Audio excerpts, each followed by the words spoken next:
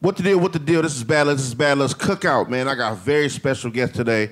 And as you know, how I do here, sometimes I have guests, but lots of times I have friends come through, and I have two of my friends come through from a glorious place. I don't know if you had people call Howlin Rays a glorious place, but it's very glorious. I think of it like when you see the halo around the picture of, anyway. But it's very biblical as far as how the flavor, I think, of what Howlin Rays is. So I have my man Johnny Rayzone from Howlin Rays, and my man Coop from Howlin Rays is definitely in the building today. Yo. First of all, what's up, man? How y'all doing? Good. Thank you so much for that compliment. I mean, that's, bro. Right. Let me tell you. Like now they know. We know each other very well just from me being a frequent customer at Howlin Rays, but they know because I tell them repeatedly how good I think this place is, and it's crazy because I consider myself a foodie. I like all types of food, but I never in a million lifetimes thought that a chicken sandwich would be on top of this list. You know what I mean? It's funny how I'm 38. And I've been living my whole 38 years of life in L.A., and I've been from state to state, bounced around on tour. I've been around the world, different places. That chicken sandwich is top of my list on some of the most incredible shit I ever tasted in my life. And it's crazy because, I like to post the food pictures, stuff on my page of different restaurants, different places I go to. I just love finding unique little places and just good food eating around the globe and shit, wherever I go. Oh, so you're posting a lot, huh? I post a lot. Different food places, stuff like that. I post a lot. Different food places, But it's funny, when I post Howlin's, that was probably the most repeated place I ever posted of food spots. And it's the most times I rallied and championed for people to go. I've been in a lot of places. People ask questions. Sometimes I don't respond. Sometimes I'm doing something I don't see them. But Howlin Rays is one of them places where no, go. Oh, believe me, we know. Deal with it. Go. We get a lot of customers there. Man. And that was one thing I commented to Coop about a long time ago was, wow, his reach is far. Yeah. Because there was so many people, we always ask, first time here, oh, cool, how'd you hear about us, kind of thing. And they were always like, oh, Lucc sent me. And I was like, wow. Lucc sent me, wow. Lucc sent and I was like, wow, this guy, people respect your opinion. And, And you reach out to, all different kind of people. We had young people coming in, too. And they were like, oh, yeah, we heard from you about from Bad Lucc. And I was like, oh, that's pretty cool, man. I'm always posting, man. But it's what you guys been doing, man. And you guys been what I want to accomplish here today in this show is first of all, I want to introduce my man Badru in the building. Yeah, I mean. What's up, man? And Badru is definitely a lover of Howlin Rays. Right. But I got a question. Oh, let's go off the back. If y'all here, who's manning Howlin Rays? Oh, see, this is the only day we are closed. Oh, you guys closed on Monday? Closed on Monday. This is our recuperation day. So, yesterday, Sundays it's work, man. There was yesterday, I had to send them out for, someone brought us some fried catfish, I think, yesterday. Man. We had to send them out for that. Some pecan pie. Yeah, really? but Sundays we do work. It's really, it's a lot of people, a lot of families coming down. The wait is longer on the weekends because, it's a little more, it's not like a work day kind of thing. So we need one day to kind of recuperate. Our lips get chapped and it's really bad. We got to reload. It's been cold. We got to reload on resources and stuff like that. The waffles on the weekend, I think that's what really takes up the whole line thing. You know what I'm saying? Because the waffles take about a certain time to cook. And it's rare. It's fresh. It's rare the fact that you can only get them on Saturday and Sunday. That's the thing. Yeah. So even with a lot of times, like I said, I've had the waffles one time because that was the first time I was like, okay, I'm going to stand in this line. I think I did about 2 hours and a half, which is a good day, good Saturday, I think it was, right? And but a lot of people don't frequent the spot, but still haven't had that. And that's a special, rare thing.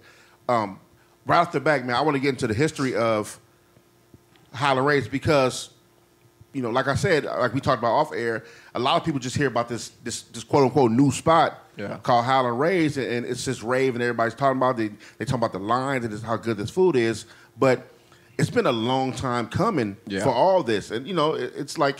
You hear this new song, you think it's an overnight success, and then not realize how much this guy has written songs for people, did background, and did years of having deals and all these things. So let's get into the history of that, Howlin Rays, how that came to be just from you guys, where you guys come from in your backgrounds. Yeah, just on the whole chef side of it, like I've been in the industry about 12 years as a chef, like fine dining, like brutal kind of kitchens where it just really cutthroat, like getting things thrown at me, things like that. And, it inspired me to kind of want to do my own thing, how not to treat people, you know what I mean? Because I would wake up, my gut was like wrench. I didn't want to go to work, and so that throughout my whole career, I've always wanted to be a boss. I've always wanted to own a restaurant, stuff like that. But in terms of both me and Coop right here, my dad kind of like raised both of us. We were always on the same basketball team in like Silver Lake, and we elementary school, I guess. You were saying the story about, what was it, picking up in the rain or something like that? Yeah. Y'all go back to kids, like babies. Yeah. We go sandbox. Yeah, we go all the way back to sandbox. Like, you watch a movie and you see that movie where these two guys, they grow up together. They know they're supposed to be destined to do something. Right. Something gotta give. You know what I'm saying? And then, we go our separate ways. We mature. You know what I'm saying? Teen days come. High school days come. Right. We were always close, but then high school came, females came, and life came, and we went our separate way. He went his chef way. I got into trouble, this and that. We got back together after he was doing his food truck thing. Okay. Which was where Howlin Rays started, was off the food truck. Oh, word. Yeah, So he was pushing. It's crazy because it's like, okay, so I feel like my dad kind of connected us as friends, right? And then my dad passed away, and I got to a moment in my career where it was like, it happens where you're just like, fuck it, I'm going to do this. Right. I don't care what anybody thinks. Yeah. I'm going to open up Nashville Hot Chicken. Yeah, it's on a food truck because that's all I could afford.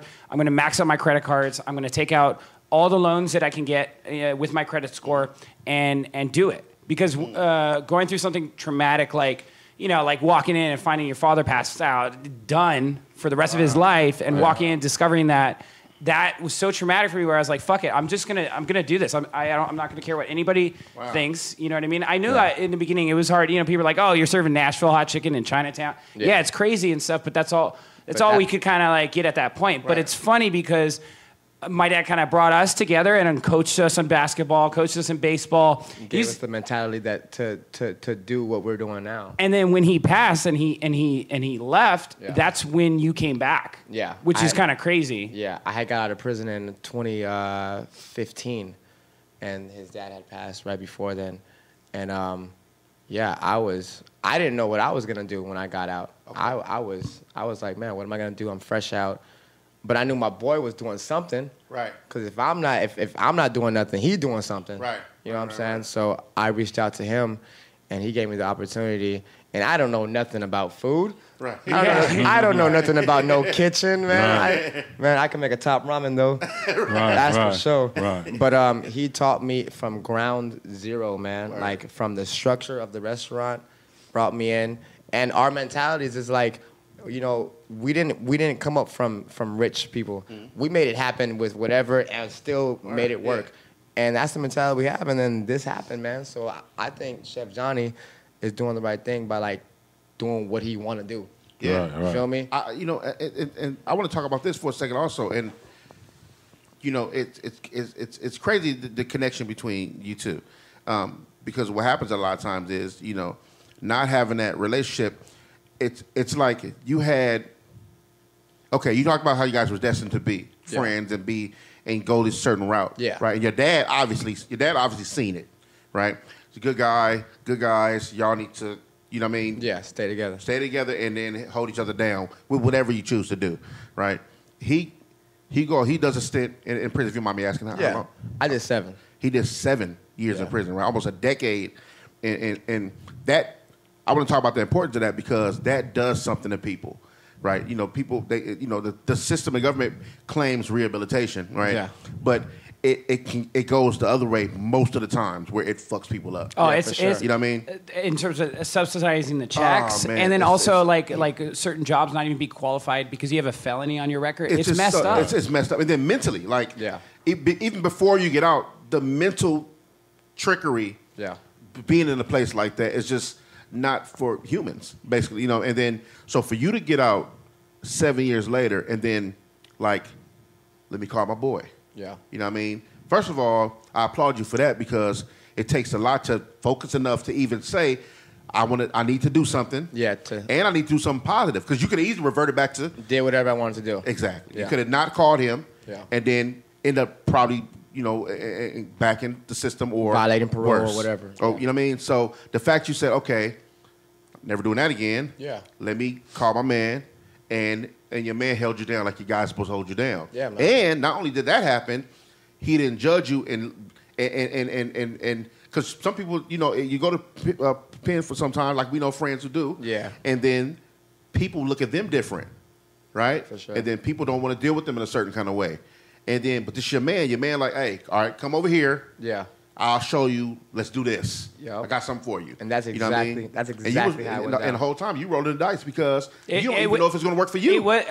It was hard. Right? It was very hard. Right. I mean, look, I'm used to working with these guys who have been doing it for years in the industry, but I was tired of that. I was tired of the egos of chefs. I'm so I'm so done with these chefs plating, like food all intricate and like they're so arrogant. And I wanted to do something that's relatable, but like it's like going to Nobu, right? Mm-hmm. I took these guys to Nobu, and these guys are like, wow, we provide the same level of service that a $100, $200 a person restaurant's providing, and we're just selling $12 sandwiches. Yeah. Right? So we're passing the sandwich to the people across the counter. We're talking to people. There's the banter. There's free pickles. All that stuff.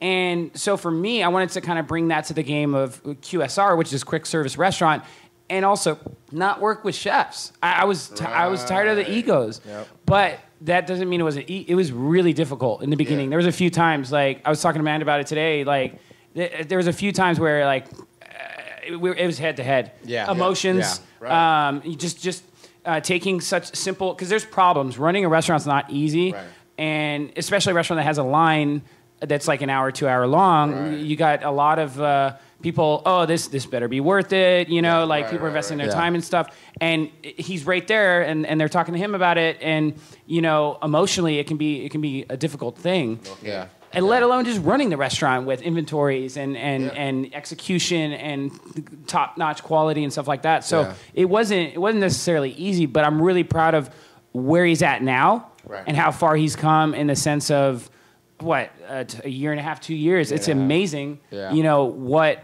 the human mind is capable of, and us as human beings in terms of change and growth. It's amazing. Yeah, it is. It's pretty crazy. It's like when I got out and I talked to him about the job, he was like, "Okay, you gotta say yes, chef, to everything I say." This is my boy. Imagine Bad Lucc telling you though, you gotta say big dog every time. Right. You know what I'm saying? Right. So I'm not saying that, bro. Yeah, right. So like in the back of my head, I'm like, oh, I just got a job where I gotta say yes, chef, to everything my best friend is telling me. Right.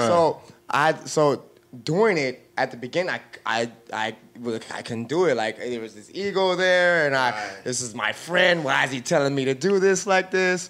But I got the overall big picture, and then friend got out the picture, boss got in the picture, business got in the picture, life got in the picture. And then it's career. It's that's your career, Yeah. So. We're friends and all that, but in that we have to run it tight, and run it.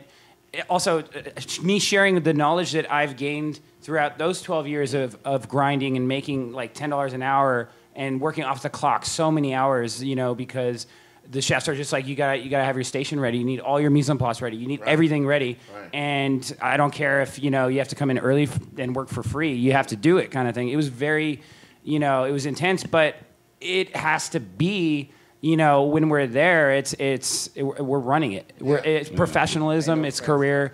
You know what I mean? And I'm not going to change it for anybody. And you see it with new guys coming in too, like on the callbacks. It's called a callback, so it's like you see it in a restaurant, like ordering 2 sandos, 1 half bird, and a whole bird. Yes, chef. The whole kitchen responds, yes, chef, because that's saying it's uniting a team, and we're all in this together, and we're all going on it together. We couldn't do our jobs if it wasn't for the guy dredging the chicken. The guy dredging the chicken couldn't do his job if the dishwasher in the back wasn't, washing the dishes and stuff. So it's a unity thing. So like a yes, chef is like a thank you, like a yes, I got your back. Yeah, I dig that. You know what I'm saying? So see, that's the dope thing about it, because before we went on air, we were talking a little bit about the restaurant and what you guys do, and I'm like, man, it's crazy to have created a chicken sandwich restaurant that is a culture thing in LA, a culture capital. Right. You feel what I'm saying? And I, even though I love the sandwich and I understand the line, you know, I didn't get what it was and made it a culture thing. Because taste and flavor and quality don't do that. Yeah. Right? We got a whole industry of shit that is pop culture things that maybe don't even have any taste, quality, or any of that too. It just depends on what it is.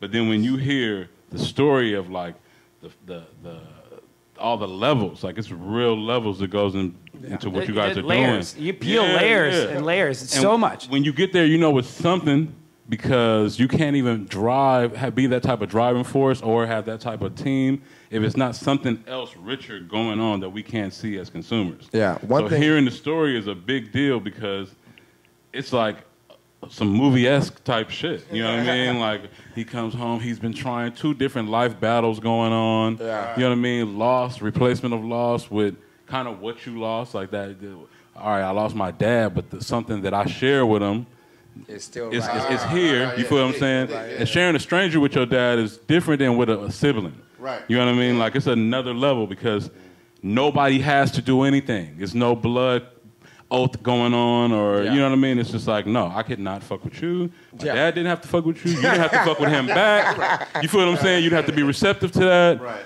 Like, a lot of the rich shit about friendship, the rich shit about business backstories you guys got, that's dope. Yeah. Well, you see, it gets whack when people just walk into the interview sometimes and I say, lazy be in the house, hey. I think one thing I learned for sure, and it took me a long time, man, and it's stupid the way I learned it. You can't really know about something until you fully give it a chance, man. Yeah. Right. And you can't just like be okay, Howlin Rays spicy chicken sandwich. Oh, it's not worth the wait 3 hours. Go find out why it's worth 3 hours. Do your own research. I remember there's been plenty of times where I listened to a single and I'd be like, oh, this is a nice song, but I'm pretty sure the whole CD is not as hard. Right. And then I listened to a whole CD and the whole CD is hard. But you know what's interesting about the Howlin Rays, and I say that a lot of people still, okay, if somebody asks me, is it worth it? Then I heard a lot about the line long.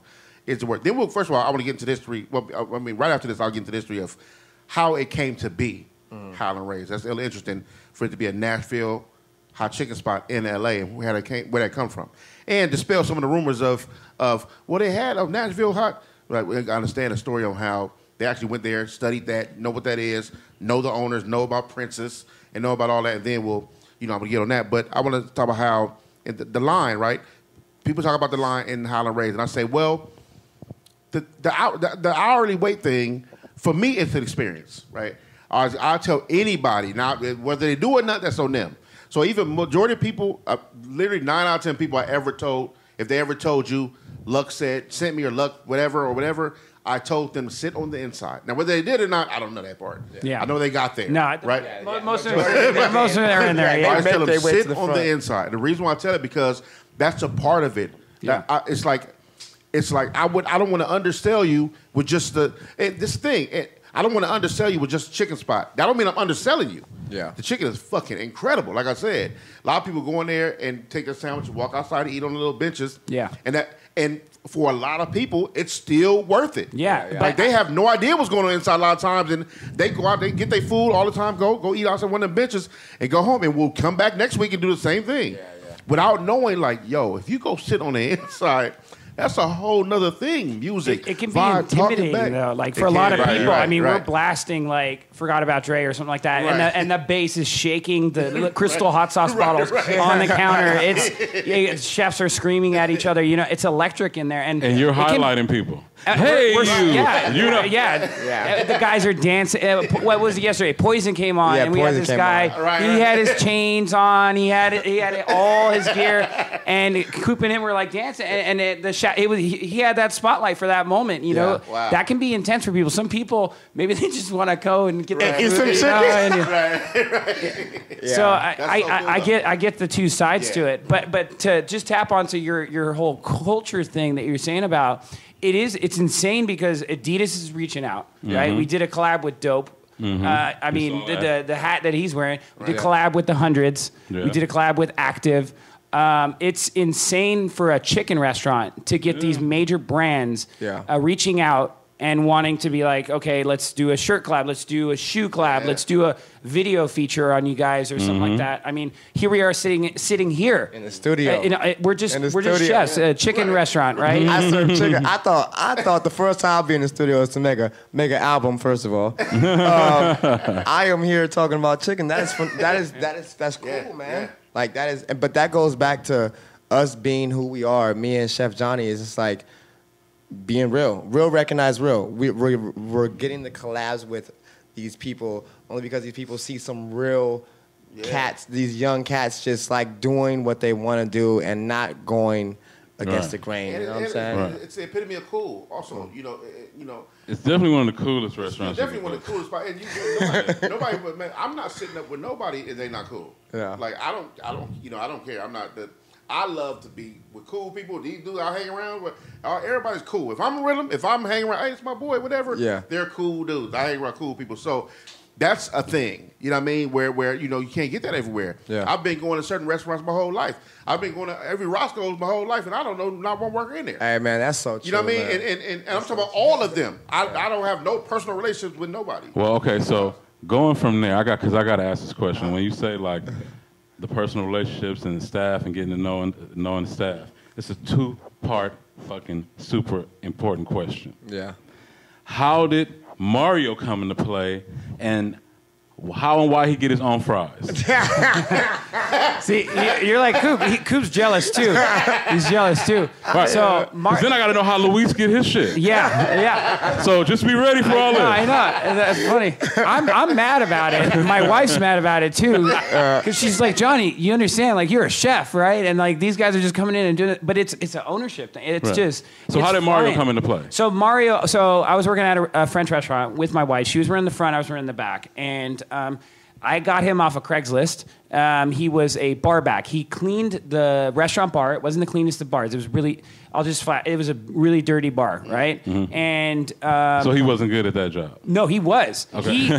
We're talking 7 years ago. Uh-huh. Right, so 7 years ago, I hired him as a bar back. Okay. To staff cleaning the bar at 2:00 in the morning to like 4:30, and he said he wants to have his own bar, to me, and that's why I hired him. I always want to hire people that have aspirations. They're like, there's something next level, because I can help them get that. But if they don't have those aspirations, then there's no point in me spending my time teaching and training and giving so much of myself to that person, So I hired him, right? And he worked with me at this French restaurant. Me and my wife kind of like flipped that restaurant, made it into a really, successful kind of operation and stuff. And I left that restaurant, and then he found out I was opening a restaurant, and he basically hounded me. Like, he really wanted to work back with me. Mario is a hustler, though. Oh man, Mario, that's like having a soldier. Yeah, he's like a box of tools. Word. You know what I'm saying? Like he's like, I can tell Mario anything, he gonna figure out how to do it. That's dope. Yeah. So how did he get the fries? Okay, keep going. So after work, he would take the chicken, chop it up, mix it with fries, put the sauce on it, melt cheese on it, put slaw on it, and I was like, damn, that looks pretty good. He would have the munchies. Yeah. Well, I mean, it's a long shift, Yeah. But so he chopped them up, and then he took a photo of them, and then he started selling it to customers, because I give those guys the freedom to be like, hey, you should try Louis style or Coop style or whatever with our regulars and stuff. Right. And then it just caught like fire. And so basically, Mario's lunch was the Mario fries. Bro, let me tell you. Let me tell you, the first that time. sounds like a secret code to get into, like a obscure code. Bruh. Mario's. The first time I had it, bro. Was Mario's lunch. The first time I had it, Johnny say, I got something special for you. Right? So I'm like, bruh, what is more special than everything on the menu? Right? Like, what is more special than everything you got here? Which I love everything here. There's nothing I don't like on the menu. It's incredible, right? So he brings over Mario fries. These are called Mario fries. I like Mario. Me and Mario talk at the register. I like Mario, right? See, right? We're already starting off good. Like, there's that good relationship, Right. That's already a great thing. Like Mario fries. So I look in the box. I'm like, So you basically gave me everything prepared. Yes, in a box. Yes. Like I like everything separate. I like the sandwich like it is too, but he gave me all together. Chopped the chicken, and I always get mine either medium or country. Because I can't do the high levels of right, and people don't understand. Oh, let me just spell this rumor too. Country, yeah. Country does not mean no seasoning. It just means it's not hot, right? People always ask that. Yeah. But so you don't get no seasoning? No, it doesn't mean it's no flavor. It doesn't mean it's not flavored. It just means it's not hot as shit, right? So I like my Mario fries with country, and I hey, bro. Had the Mario fries, it was over. And I think that's what I told you about it. Get a chicken sando, get Mario fries, take the lemonade, mix the peach with the regular lemonade. I did it all too. He brought it up the same way. I saw when he came in, he actually pulled out this little notepad. He was going down the notepad. I co-hosted Howlin Rays. Yeah. Like I sat at the thing and went like at the front near him, and he's like throwing lobs left and right. She's beautiful, right? Hey, is this her sister? You think she's fine? Like, yeah. I'm like, yes, sure. Yes. Like, I was Ed McMahon on the Tonight Show for like an hour. I think we told other people that he was our boss. Yeah, man. Like that's our boss right there, man. But see that right there. That's hospitality. That's you can't get that nowhere. Yeah. Like we go to restaurants all like this. LA, we go out and go hang out, do spots. We frequent a lot of spots. That doesn't happen.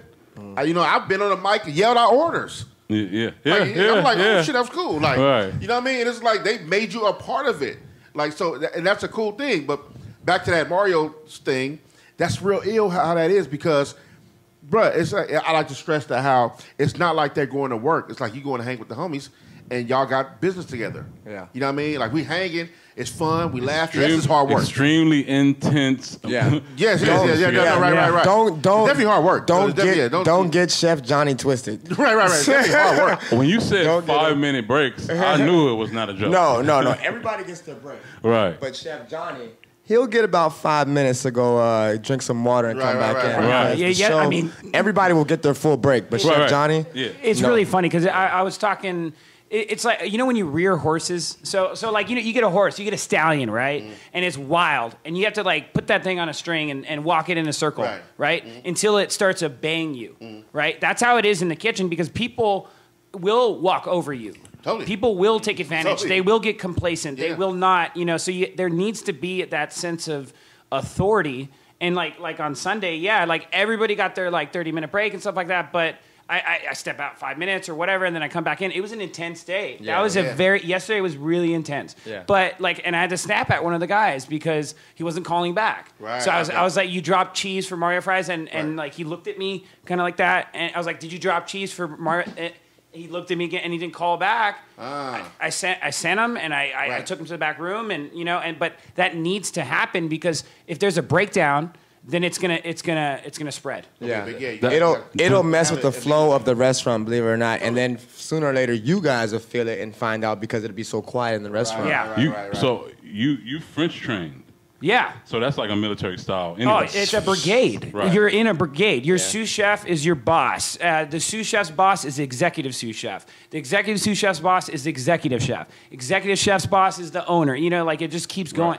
Right. And I didn't like it because shit rolled downhill. Right. So that guy would be mean to his inferior. That guy would, and guess who suffers? The dishwashers, the prep cooks, the guys that are making no money, right? Mm-hmm. Right. And I didn't like that. I didn't like that at all. So that's why, like, even in our spot, like, we call the dishwashers chefs. Yeah. Yes, chef to them. You know what I mean? And there's that equal level of respect.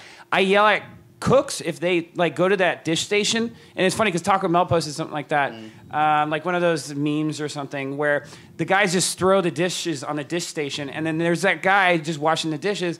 I hate that. Right. I hate that because that's that guy's station. It'd be like me coming over to your studio and throwing something on your studio. Right. That's your station. Right. Yeah. That's those are your tools. Yeah. You know. It's so funny because we're cooking chicken, but it's like a military base station. It's like chef's not gonna let you go drop off a pot and that pot got some grease in it.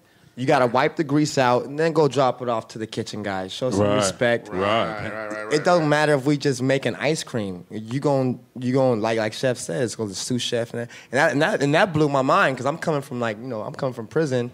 And my boy got it on point to where he know what's up. You know what I'm saying? He know the respect level. It's funny, and that's why you guys are entertaining. Like, when you go to the spot, you got to realize the spot is not big at all. Like, there's room for like 3 tables, and it's accommodating this line, it's accommodating this high-level cooking and precision cooking team, you know. But, like, it seems like they're playing the whole time. It seems like they're playing, you know what I mean? Like, and it's that level of, like... Make it look good. Yeah, no, really. Because you would think to cover that many people every single day, that there is no time for laughing and playing and doing. But the fact that you guys, like you said, covered up well. Because the line, this is the thing, though. The line is moving. Yeah. Like, now, if you take that hour line somewhere else. 600 to 700 sandwiches a day. That's crazy. In longest 4 line. to 5 hours. I got to know. Longest line ever. It was that weekend. It was New Year's or Christmas? Was it Christmas? Right around the holiday time. It was a 5-hour line. 5 hours. It went all the way to the street. To the parking lot. And then on the street, it went out to the other parking lot. And it was blocking the driveway. It was insane. And those are the days where it's like, okay, all those people, there's 2 guys and 2 cashiers, you know, and that's it. 4 people talking to, 500, 600 people? Yeah. So was that before you got the other fryer? That was no. I've been constantly upgrading. So every week, like I remember you had to upgrade too. Like this week, this Tuesday, I got a delivery for a new warmer, and that's the thing is like I try to tell these guys because a lot of people come in and they're like, "Oh, your chicken's the best. You're the best," and I tell them I really appreciate that, but I never want to think I'm the best. I never want to think I'm the shit because then you stop learning. You get complacent. So like tomorrow, I'm going in there. I'm trying to figure out how to move another fryer. Just because we have these long lines and stuff like that. That doesn't mean I can't improve the system. And you always have to be in that mindset, that student mindset, and hungry, and be in that mentality to keep growing. Because if I thought, oh, my chicken's the best of LA, that's not. I don't want these guys to think that. I don't want to think that. I want to keep getting better and better and better. Right. Let me ask you, too, I kind of want to go back, just a little bit history part. Because we started off saying Nashville Hot Chicken, right? Even when we started from the truck. But that had to come from somewhere. Let's talk about the history of that. How that came to be in the first place. You want to even do that or being inspired by that and then bringing that to L.A. Obviously, it's a Nashville thing. Right, so let's talk about that a little bit. Yeah, so I was out, when I was doing the executive chef role at that French restaurant, I made enough money to kind of like travel a little bit, and I was really inspired by Southern food. And now when I say Southern food, it's not, I'm not saying like your typical like shrimp and grits and things like that. I'm talking about antebellum Southern cooking. For example, there's a dish. It's pre-war? No. Exactly, oh, yeah. Pre-war. Okay, yeah, okay. So it's like, there's a dish called leather britches, okay? And they would take cowpeas, and they would cook these cowpeas, not by cooking them. They would hang it over the fire that they were cooking all their meat, right? So they're cooking meat for, like somebody else, and the cowpeas are hanging above the fire, and they're aging. And for 3 months, they would just sit above the fire, and then they would make a stew with these cowpeas, and it would taste like smoke, it would taste like meat, and it's one of the cheapest ingredients.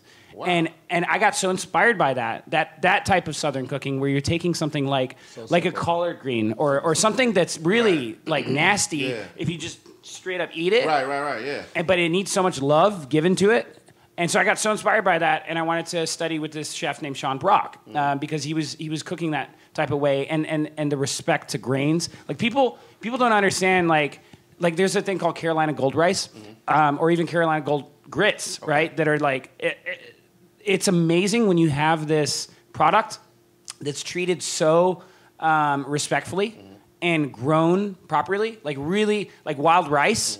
It's just rice and beans, right? You have this amazing rice and beans, and it's mind-blowing because it's so simple, so inexpensive, right? But it's so mass-produced nowadays that it's kind of it's not what you would associate with. So I got so inspired by that. I went out to the South and was studying with them, and then I got sidetracked because I had Prentice, and it just I've never had a quarter piece like a thigh and a drum still attached and fried like that. Yeah, because most people are like, oh, I'll take an 8-piece fried chicken thing, right? And what's Prince's? Just because I'm out the loop on that. So Prince's Hot Chicken, it started. So their history, it was a man came. The husband came back, smelled like another woman. Okay, and she smelled that, and she's like, I'm gonna light him up. I'm gonna I'm going to make him some fried chicken that's so spicy that he's going to suffer. And he ended up liking it. Damn. Yeah.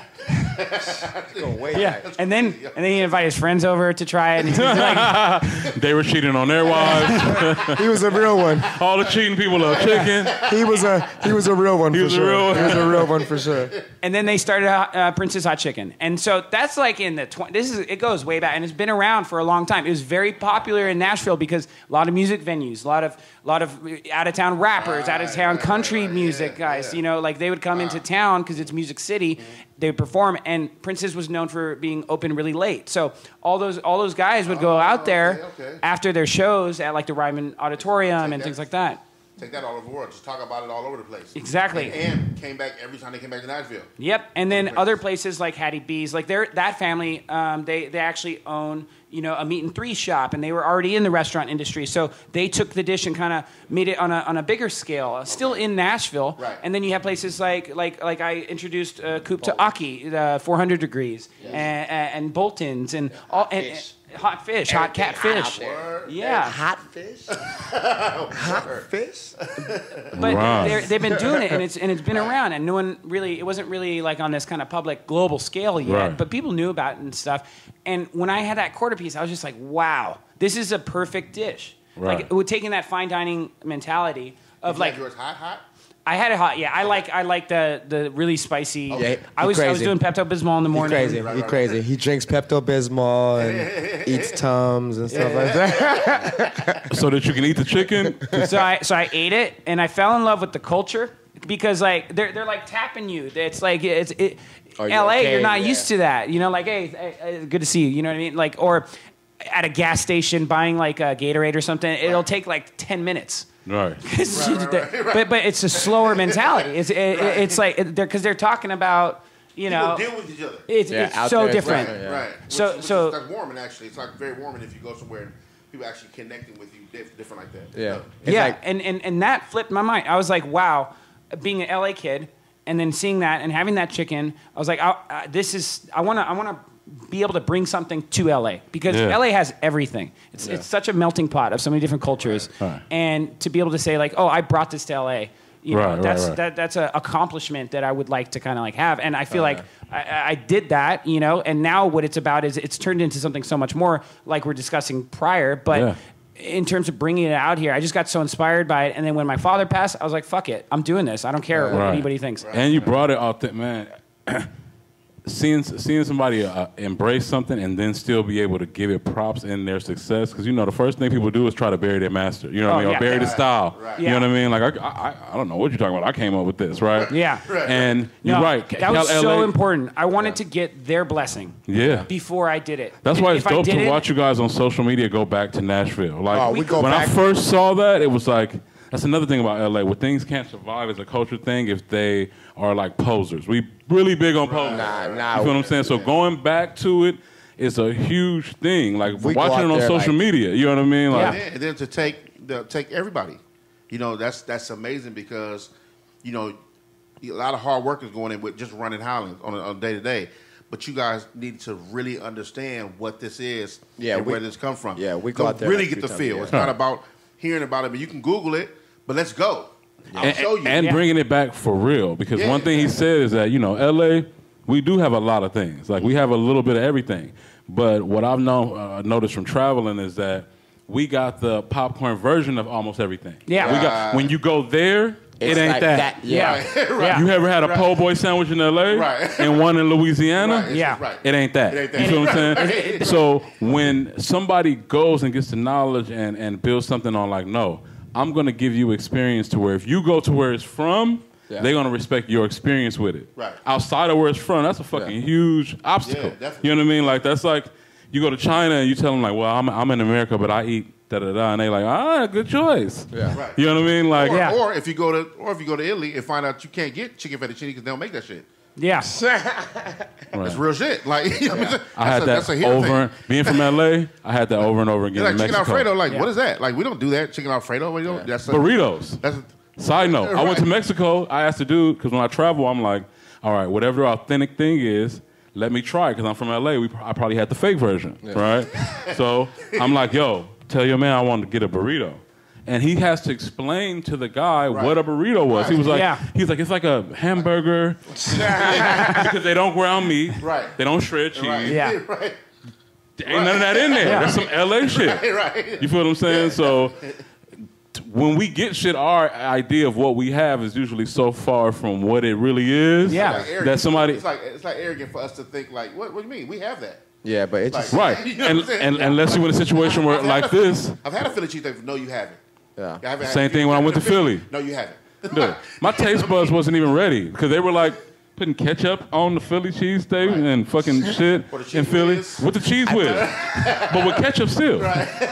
But you didn't know. You got the LA version. Right. You feel what I'm saying? So I always appreciate when somebody put time into what they're doing to where I'm an Angelino. When we get it, we don't sound like a sucker. Like, we've had Nashville sandwiches, but they've been from KFC. Yeah. One pickle. I never knew what KFC was trying to do until I had the Howlin Rays sandwich. Oh, God. I was like, yo, they're doing a fake. The Colonel is from Nashville. This shit been fake under my nose the whole time. I didn't even know it was fake what. Right, and that's Kentucky, but it's on another. That's Kentucky.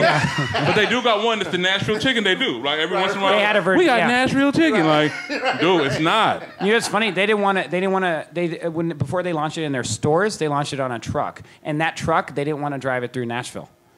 They didn't. No, they They don't. avoided it. Right. Yeah. Like on their maps. I'm Right. saying like they went to all these major cities And like no to test the product, and they didn't do it. That through Nashville chicken sandwich was. which lets you know. Yeah, Like, it's CB4. scary. It's that's that's wrong. Like, I mean, y'all doing something y'all ain't supposed to It's the do. CB4 of chicken sandwich. It's just, I mean, we go to Nashville and it's like I think Chef wanted to take the experience and the people, how they treat each other out there. They're so like, it's in real time. Like, you know what I'm saying? Like LA, we move too fast. Yeah. Like Yeah. I've never been nowhere. He took me to Nashville almost 3 or 4 times already, and every time I go, it's just like so slow. Right. Everybody chilling. Everybody say hi. Don't nobody just walk past each other. Oh, none of that. Hey, Yeah. hey, Yeah. hi. No. even in the Hi. cars. In the cars, they're driving. Cars, yeah. This that. it's just- you see this. You know what I mean? Like they're driving. It's like way from the steering wheel. Yeah. Them 4 fingers. If you do that in LA, people look at. They're like, what? Like, what do I know? You might get flipped off. They might Yeah. think you telling them to go. yeah. Yeah. So That same hello is get the fuck away in LA. it's funny though. It's funny though because we get the customers that come inside and they have that mentality and they don't know like what it is to be so nice to somebody sometimes. Do And you they're guys like, get Nashville what was it? customers? Oh, for sure, a lot. Like in LA? We get- Like, We get Atlanta, we get Nashville, we get lately it was North Baltimore, Carolina. North Carolina. But what you're saying is like yesterday was a good example. This lady like ordered some quarter pieces and that was it. And I was like, she just waited like a long time, and I could tell she was gonna be pissed. Right. Yeah. I don't know. So I made a sandwich real quick, and then he was talking to her, but I was just in the background like doing stuff, and I was holding up the sandwich, and she was shaking her head. She's like, no. But she doesn't know it's a free sandwich from Chef. Right. He had to explain it. I don't know Yeah, why, like- I had to explain that this is for free. you. Right. This is for you for coming to our restaurant. We're giving you a complimentary free sandwich. She looking at us like, no, are you sure? I want to talk to your boss about that one. You thought you was sliding her chicken sandwich Like we under are the boss. Right. So it's kind of hard though because we like 24/7 we have that on. As soon as I get into the restaurant, I'm in the hospitality mind frame. Right. Like I'm giving you your straw, your fork, your spoon. Right. Even though you don't need a spoon, I'm giving you a spoon. Right. But what I'm saying is like people are not really used to that, and we're just trying to bring it to LA and hope it spreads because they know for right now they know the core of hospitality and happiness is Howlin Rays. We're hoping that it spreads from the core to the streets. Yeah. You know what I'm saying? Yeah. Because it's already spreading a little bit in the line. People be chopping it up with each other in line. Right. You meet new people. You start talking about all kinds of stuff. Yeah. And that line is one of the most, I feel like, diverse demographics Yeah. of a line of a restaurant or line of a store or whatever. Yeah. What you find is that when you all have something in common, obviously we have Howlin in common, we tend to share. So you can tell I've been in the line talking to new people like, okay, look, what do I get? Glad you asked. I need you to get Yeah, that's definitely that. I went as a new person. Right. Yeah, And other people you get listen embraced. Too. Other people hear it too. And now I'm talking to them. Yeah. Oh, yeah, I keep hearing it. Oh, it's great. Get this. Or somebody talking to, what should I get? And I'm saying, oh, I'll tell you. Yeah. I'm leaning out of line to tell somebody else. Yeah. I'll tell you what to get. But see, that's the culture thing that we're talking about. Exactly. Because it's a part of that. I don't feel uncomfortable because this is what the line does. This is what Howlin is about anyway. But that's the whole culture. Exactly. Yeah. Because even when you watch it, so I'm dumb into like branding and marketing in the sense of like seeing it as a style and also as someone's like statement, right? Like you make a statement by the way you do things. And sometimes people try to bite the statement or they try to bite the style or whatever, you know. So sometimes I'll watch it. I watch company. This is the most odd thing to point out. So I watched somebody hold their sandwiches in what I felt was the Howlin Ray presentation of the sandwich. Right. That's so. That's not a thing. That's why I'm saying like culture is gonna go over certain lines that you wouldn't even expect. That's like, so it's with funny. Fashion. It's with the way that you feel in the line. It's with the way the interaction with this team that's on some position shit. But when you hold it like that little the Chef Johnny way. I've totally ordered a couple of sandwiches and sat outside a couple of times and passed whoever I'm with the sandwich the way. But you don't. It's like holding your card. It's like he doing card and magic tricks. It's like a newborn.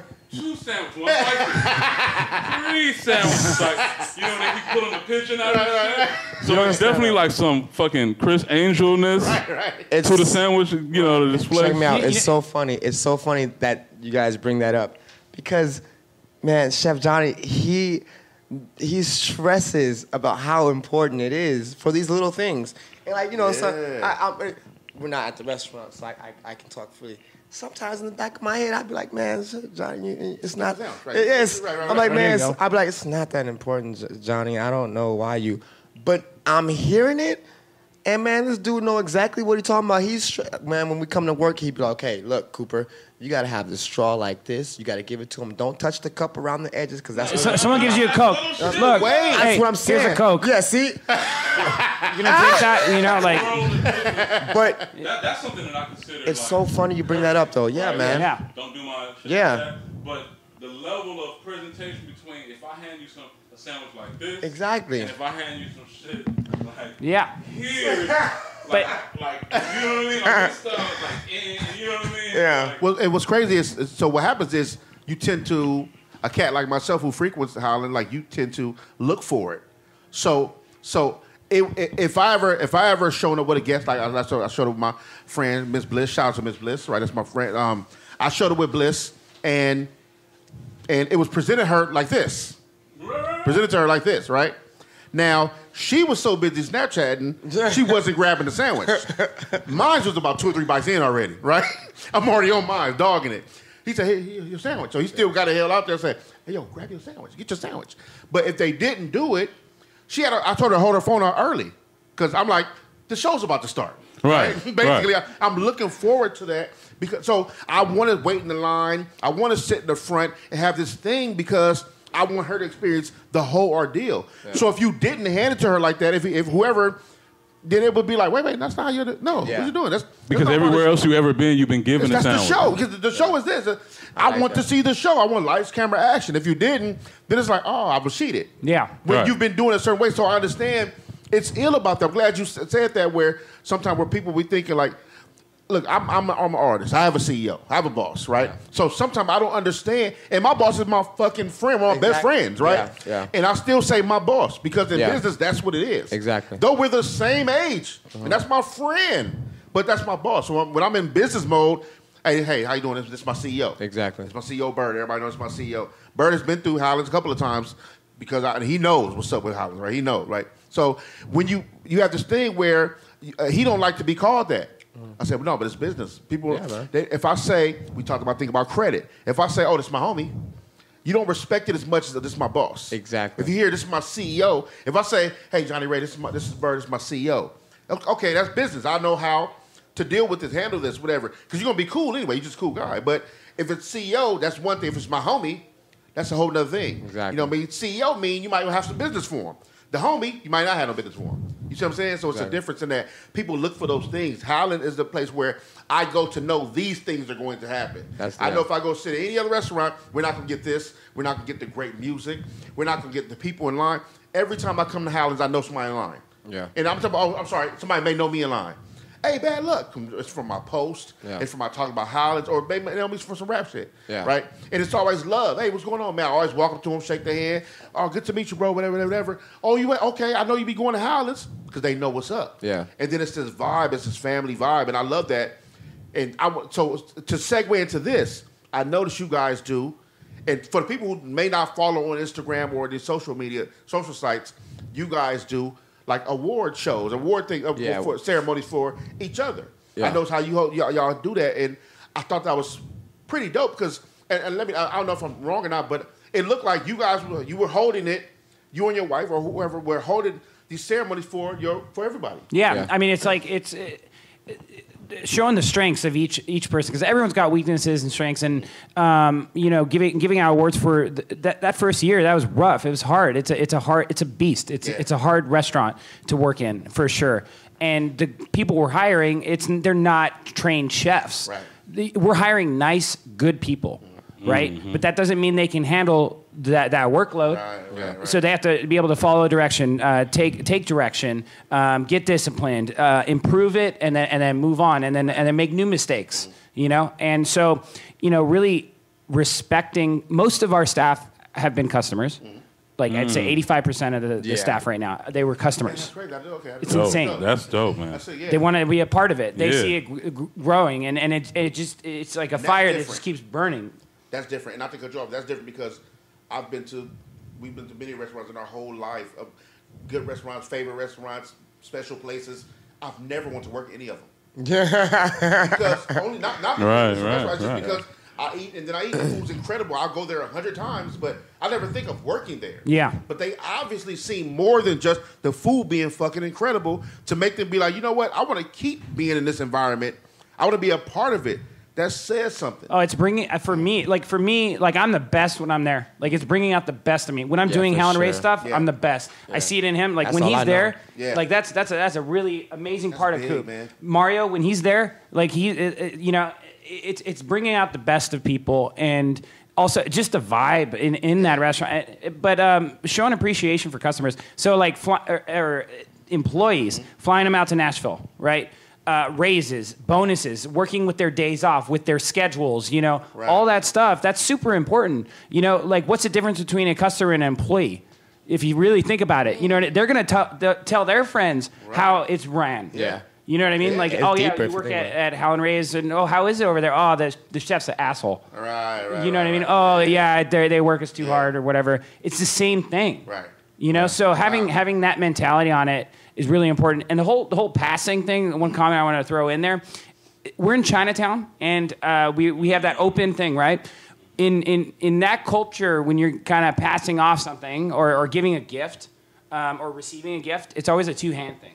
And that's where it started. That's how it started. Because I wanted, it's been a hard point to get to where we're at now. We've had to win over a lot of cultures, a lot of different cultures. Right.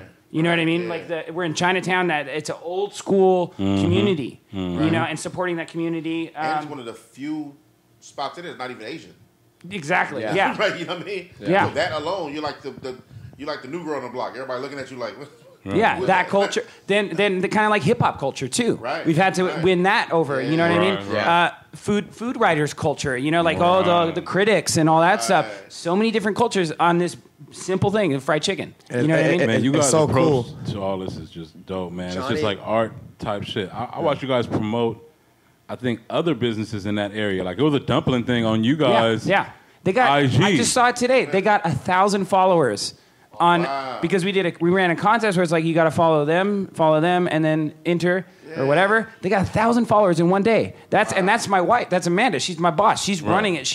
It's so many people. It's bringing out the best of so many people. What they're good at. Right. And for me as a boss, and where I'm going to now in kind of like the lifespan of Howlin is now it's about mentorship. Now it's like, Coop, you're running this store.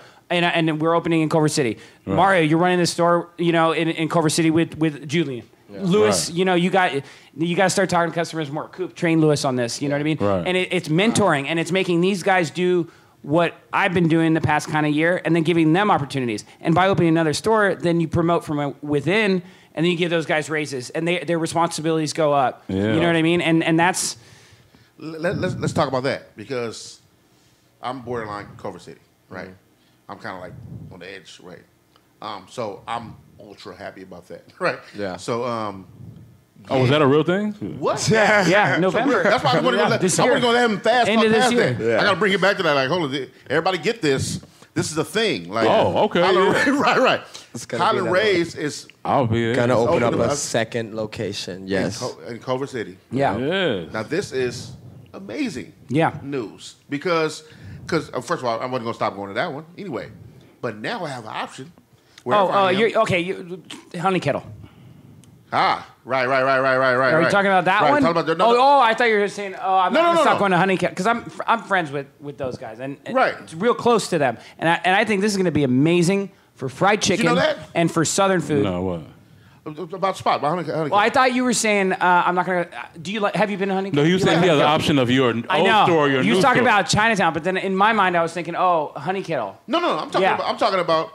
No, yes. You asked me, have I been to Honey Kettle? Yeah. Yeah. Been in and the original one in So I thought you were saying like, one of my spots over in Culver City is Honey Kettle, and then when you go there, you have to pick and choose. I'm talking about the And new spot you're opening. Yeah. New Howlings is going to be where? yeah, Culver City. Got it. That's what I'm excited about that. So the Chinatown location, you're not going to have to pick and choose as much. Right. That's what you're talking about. Right. No. What I'm saying is I have options. Meaning, if I'm downtown, I'm going downtown. Yeah. If I'm at home, I'm going right up the street. Yeah. So, and I'm very excited about that. Yeah. Because Having Howlin Rays options. yes, yes. And it's also to cut the line down too, because that line is It's a beast. yeah. And the funny thing is, this is a thing that we all know. I'm foreseeing it, but it's going to happen. The line is going to be long at one, and somebody's going to drive from one to the other one. Right. Just to think if the line say on That's gonna IG happen. That's going to hour at this one. Right. Because I know me. Right. Oh, we have to go to Culver City, right? We're going. This one's 3 hours, and the other one's an hour. I might actually just drive over to Culver City and go to the other one. That's dope. But it's funny because you guys, it's so much. Just listening to the story, like it's so much art and so much like good vibes that built the business. Yeah. That I know when we work with brands, like a lot of times you're trying to find out what the brand identity is or what what they stand on, right?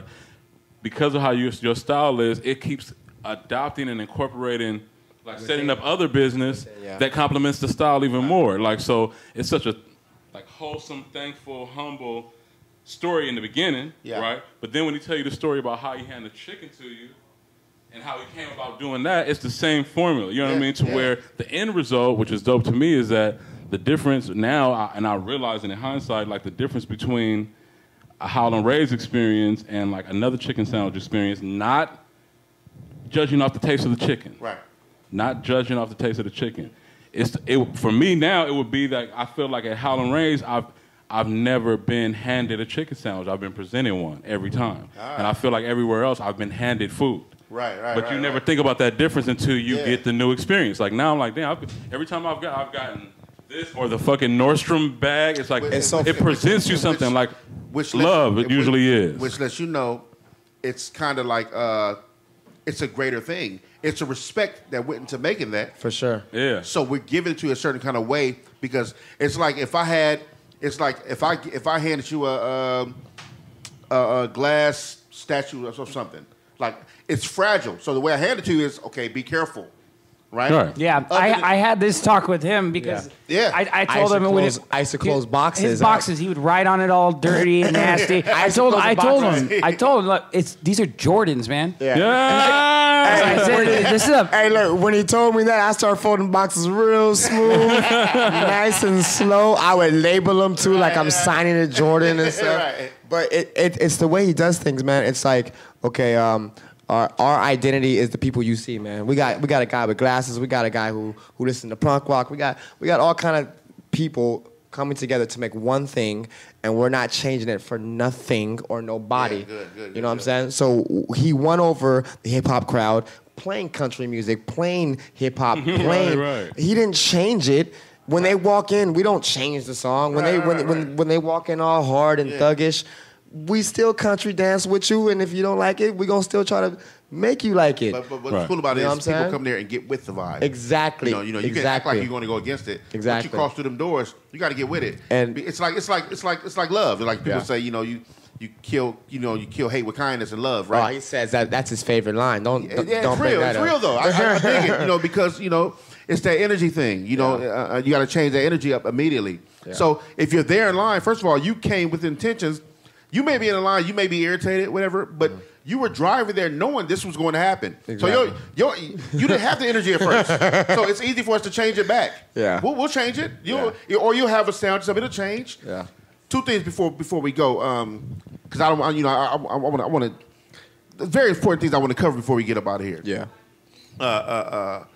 One thing is very important issue.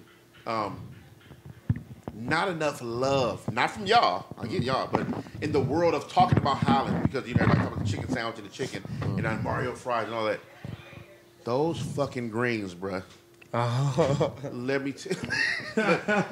me pot liquor. Let me tell you. That's so funny. People, listen, man. I'll be trying to tell people. Like I say, what's good? Everything.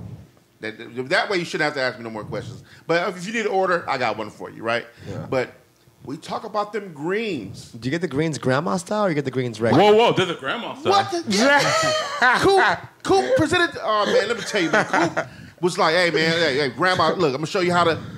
First of all, usually don't even let nobody do your greens. You don't know if you're like hot sauce. I don't know what you like. Yeah. Man, Coop got to do put the greens down there. The grandma's time to show you how grandma do it. Yeah, I don't really tell you I'm putting hot sauce and all other stuff in it because then you're not going to want it. But if I tell you, oh, my grandma make it like this, my grandma not going to hurt you. You already know what's up. You know she going to take care of you. Bro, bro, you got to get them like that. Coop, me and Blitz, the last time, so I've been having the greens the whole entire time. I love the greens. They're incredible. What's grandma say? Is that a secret? We chef, he dressed. Yeah, we put a little hot sauce. We put a little vinaigrette, right? So Trappies and Texas Pete. These are vinegar-based sauces that they store Tabasco peppers in, and the Tabasco peppers are the little yellow ones, and Tabasco's peppers are what makes Tabasco, right? So they store the peppers. They're essentially pickled in this vinegar, and it's for the vinegar. It's not actually for the pepper. Yeah. But it's got a kind of peppery, smoky, vinegary quality. And so you take that vinegar and you pour that over the collard greens, and you got to work to get it out too. You got to hit the bottle, and then crystals too. But the whole idea is acid cuts through the richness of the pork in the collard greens. You know what I mean? It's so rich, right? It's like, smoked ham hock, smoked pork, then, you sweat down your onions, you caramelize those, and it's this richness. And by adding the pepper vinegar to it, it cuts through that. Right. And it kind of cleans it up a little bit. Let me tell you, bro, my girl and myself, and my mom, I know she might hear this or whatever, but I was keeping it real, man. Listen, man, my girl was like, hey, this shit better than my mama's. Like, you know how people are about their mama's food, bro. Your mama been cooking your whole life. Macaroni and cheese. Especially green macaroni and cheese, potato salad. Yeah, you already know. When it comes to certain things, like your mama is like, because you was raised on this flavor. This is the flavor I know I've grown to love, my childhood. When I had them greens, bro, I said, oh, shit, my mama got competition. Like, this is almost better than my mama's. Like, I'm not even joking. Like, I hate to say it, I'm just keeping it real. Like, dude, you get them greens, bro. Have them dress them up. Do them the way he does it. Bro, trust me. That's why it's very important. Before we ended, I had to cover them greens because the greens are a thing. Yeah, it's so funny. I mean, we stressed that recipe so much, and we put a lot of love into it. And I know when I go to a fried chicken spot or something like that, I am judging based on the collard greens. Right. And a lot of places, unfortunately, they're southern restaurants. They serve them out of a can. Right. It's hard, right. And when you do them right, it's a lot of work. Yeah. I mean, you can even talk about stemming them, not stemming them. There's all these different styles and approaches to it. Sometimes they have a lot of stems and they're good and they're meaty. Sometimes some people only want the leaves. Some people blanch them, which is like putting them in hot water and then taking them out, and that takes out the bitterness. Some people don't. Some people just boil them in a big vat and they make them for 1 week at a time. Some people make them every day. so many different styles and approaches to that. You know. Let me ask you. So, and with the, I know you guys are opening another establishment, right? Culver City. I know you guys doing that. Coming in November next year. We're shooting for November. Yeah. Shooting for November. Let's say shooting for the people, for the listener. Shooting for November. Okay, don't hit them up in November like, where's the spot? Right? We're shooting. They're hitting us up now like, where's the spot? They don't even matter. But it's coming. It's coming for sure. Right. So, so what about? One thing I want to know. So the menu stays the same. Yeah, I'm not going to change it at all. I might add a few things if I can. That's fine. You know what I mean? Just don't take the regular stuff off. No, I a lot of thought went into it, and it's going to be harder on my end. But like I tell these guys, you know, if something's easy in life and you're just coasting and it's easy, you're doing something wrong. Yeah. Plus, success never comes easy. Exactly. And if I open another one out there, you know, originally I was just going to do sandwiches.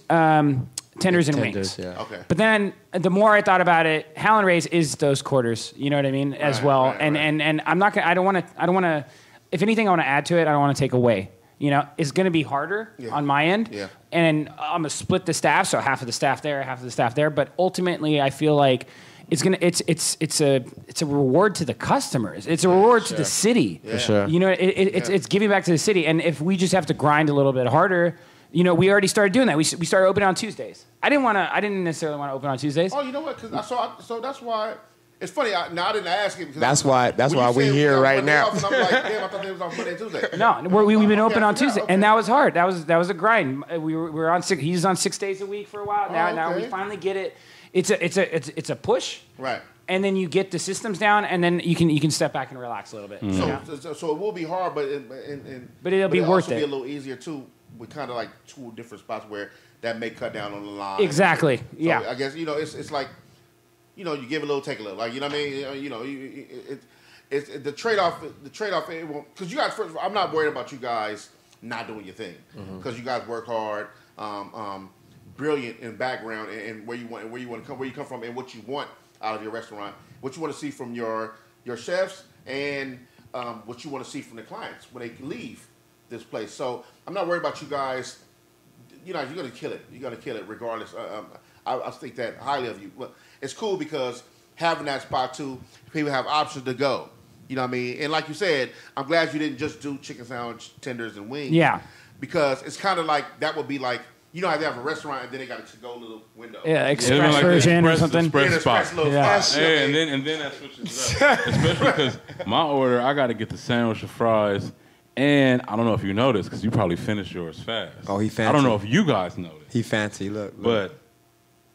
And I gave it this award to my girl when I had it. I was like, yo, Howlin Rays is the best reheated chicken. Like, when you reheat game is a whole nother fire. Look, so I was going to say, the reheat game. Yeah, the reheat game. The reheat game is insane. Chef, like to throw it in the oven the second day. I'm gonna use that. We're gonna use it. Can we use that on our social media? We'll do a little post. Reheat game. We're in the reheat game. Look, I go when I go now. I start doing now is I get the sandwich and everything to eat there, and then I gotta have the half. I gotta get the half of the chicken, right? The country, right? Because I know that it's going to be fun. Because I know what the reheat game is. Dude. So I can take that home. My girl go home, like, babe, I got some chicken. She knows. She already knows. Oh, fire the oven up. Put that. But the reheat game. The reheat game is incredible. It's so funny how you guys have strategies for Howlin Rays, man. Like, you guys have to put us up on game. But you gotta on these strategies. I already stressed this because you guys have, I want to say, created like a lifestyle. Yeah, it's a cultural like thing. A little movement. It's a thing. Like a movement. Like a movement. It's like a movement. It's definitely a movement. And it's crazy because it's chicken. Dude. It's like when you get it original, when you get it at the store. You guys have reinvented the wheel. That's insane, bro. Yeah. The wheel was already fine. Chicken is fine. Chicken was fine, yeah. Chicken is just good. They put tires on the wooden wheel. Right? Like the person who said, that's the wooden wheel, but let's put rims on it. Right, right. You guys have reinvented, and that's a thing. And so of the lines and the entertainment and how you guys do things and changing the moods of people. Now you're going to developing now you're going to new spots and doing things like that. Me and Johnny Ray was talking we're talking about I know I'm dragging this long, but me and Johnny Ray he was giving me the history of, this is why this restaurant is so dope. it's the knowledge that goes into all this. He's not just a guy doing chicken because he found this spot and thought he can do it. It's so much studying going to this shit. You was giving me all the peppers. People don't even know. Like we know what ghost. That's your hottest pepper in the world. Most that's ghost peppers. No. I got you. No, that's not fact. Look at his face. Like, yeah. If people say what's the hottest pepper, people habanero.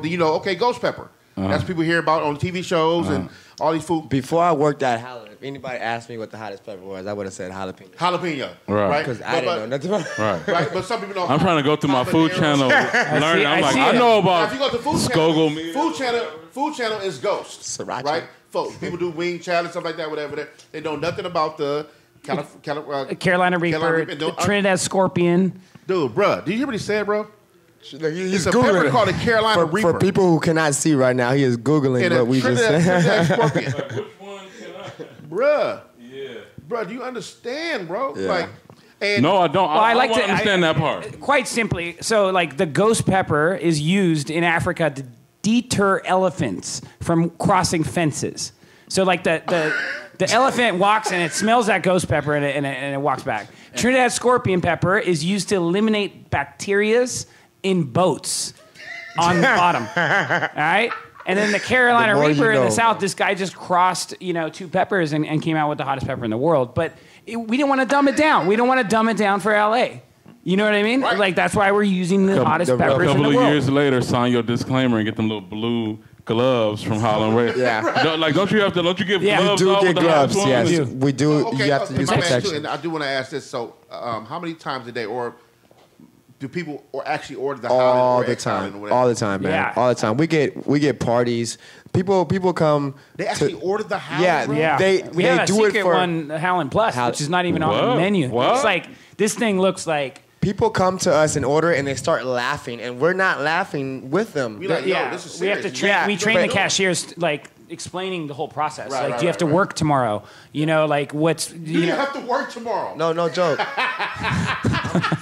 We're just keeping it real, but people love to order it. People love to order it for like entertainment with their friends. Like they'll come after school. Like we'll get like the high school kids, and they'll bring one of their friends that one of their new friends who's just new to the crew, and they'll dare them to eat the Howlin Plus, and it's pretty funny, man. Like, wow. And then they'll come back. I mean, but we get people ordering that stuff all the time. Wow. All the time. But we didn't want to dumb it down.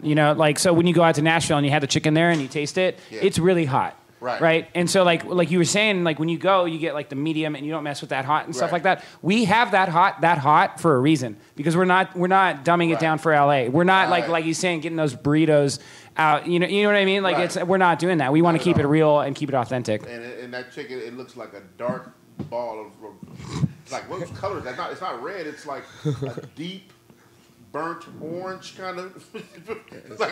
It's almost burnt, like a dark. I don't even explain crimson. What it looks like. Right. You look like it's hot as fuck. Right. You look hot as fuck. Yeah. I tried. I think I tried. The highest I tried was I had a wing that was hot one time. Y'all gave me one just to see. Yeah. And there was a girl next to me who was actually eating hot. She tried the one above hot. Yeah, I remember. Bad Lucc told me, I think like in June, he said he's gonna try Howlin. So yeah, that didn't happen. I think. You just started right there. Never in life. Bad Lucc said in June, when my baby is born, he's gonna as a gift, he's gonna try Howlin. I can't even smell that sandwich. If you you're gonna have some issues. Bro, it's just hot. Yeah. Well, look, man. Look. First of all, it's a pleasure to have you guys come through. We appreciate it. Yeah. And what's crazy is I can talk about Howlin all day long because we talk about it on our own. It's in our pay structure. It's serious. It's a serious thing with us. And usually people who go, like that's one of our. Like I said, I never thought a million years that one of my favorite spots to eat, like literally top 3 spots to eat, number 1 spot to eat, really in LA would be a chicken place. And not to down it. I'm not downing it by saying just a chicken place. It's not that to me. But to explain how people would explain it, they would say chicken spot or whatever the case may be. And it's amazing what you guys have done so far. And what's ridiculous is it's not like this probably been open for 10 years. Now that's the other crazy thing. Yeah. It's a fairly new place. Man, seeing that many people every day, though, it seems like we've been open for a long time. That's what's crazy about it, right? It's still a fairly new place. And to have that much love from the people, because people don't just love the food, they love you guys. Yeah. The fact that we know your names. Yeah. And we address you as such. And you know people's names and recognize the regulars and the people who come through and it's love, and then you treat the new guy just like you treat the regulars. Exactly. You know, and the regular customers. So that alone, man, I applaud you guys for that, man. I love what you guys are doing. Amazing things. I can't wait to go to the new spot opening, shooting for November. You know, I can't wait for that spot, man. And I can't wait to see what you guys do. Because, you know. With this podcast. Right. Well, you guys got to do your podcast. Yeah, right? we might. I don't know. We might do something like a couch session like every once a week, and we might cause like we go on the internet sometimes and we give away stuff. Yeah. We might give away a seat on the couch to come holler at us. Yeah. And you can ask us whatever you want, and then we might go off from there. Bro, let me tell you how real it is too, bro. If you can offer me, you can offer me a seat to the ground or skip the line pass, bro. I'll be like, bro. Yeah. Skip the line pass. Skip the line pass, bro. When you first presented the world, But you know what though? Skip the line pass, that's incredible. The show might have where you can have a meal while you're talking to us. So you'll put in your order. You know what I'm saying? And when you get invited, they gotta eat it. They gotta have it. When you get invited to the podcast, we'll have your meal, and then you have us, and we sit down for an hour or something like that. I think you guys should do it, and I think and I don't know, you know, what the pros and cons of why, if you are thinking back and forth. Let me just say, it's not hard at all, and technology is so real that you can literally just do a podcast from your phone. They have apps for that. They have free apps for that. They got an app called what's the new app called? I don't know. They didn't send any money. Right. There is an app out there though. Well, okay. It's an app called, and I have it on my phone somewhere. But what you can do it from your phone, and it uploads straight to iTunes, SoundCloud, everything. That's pretty cool. You know what I mean? I'll find the app for you and text you guys. Yeah. I have it on my phone somewhere in one of these app things, whatever. But it's not hard to do, and I think you guys should do it because people want to know you passed the restaurant. You know what I mean? A lot of people don't have the opportunity to talk to you guys like I would, or like somebody else who interviewing you, and they would love. I think it'll even do better with them getting a daily dose of your characters, what you guys are as people. Yeah. You know, you guys are good people, man. That sells. You know what I mean? Personality is everything, bro. Yeah. You know what I mean? That's a large part of the reason why you guys are doing what you're doing. You guys are amazing people, man. And like I said, continue success.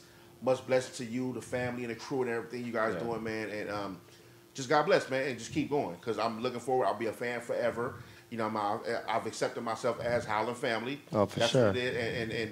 And just keep doing great things, man. And when you do your show, man, invite me back. Invite me to your show. Yeah. Talk there you shit go. with y'all. That'd be tight. Nah, Thanks for coming by, man. I appreciate that. We really Thank you so much appreciate for having us. I mean, it's awesome. Super dope, man. Yeah, This is really Bad dope. Lucc Cookout, man. We'll be back in a minute. You know how I run my show. We post whenever the hell we feel like it. So we'll be able to add you to a SoundCloud link near you, whatever, on some iTunes, whatever. So we'll get at you soon. Check my Instagram, Bad Lucc 354, BADLUCC 354, and all my social sites the same, man. Peace.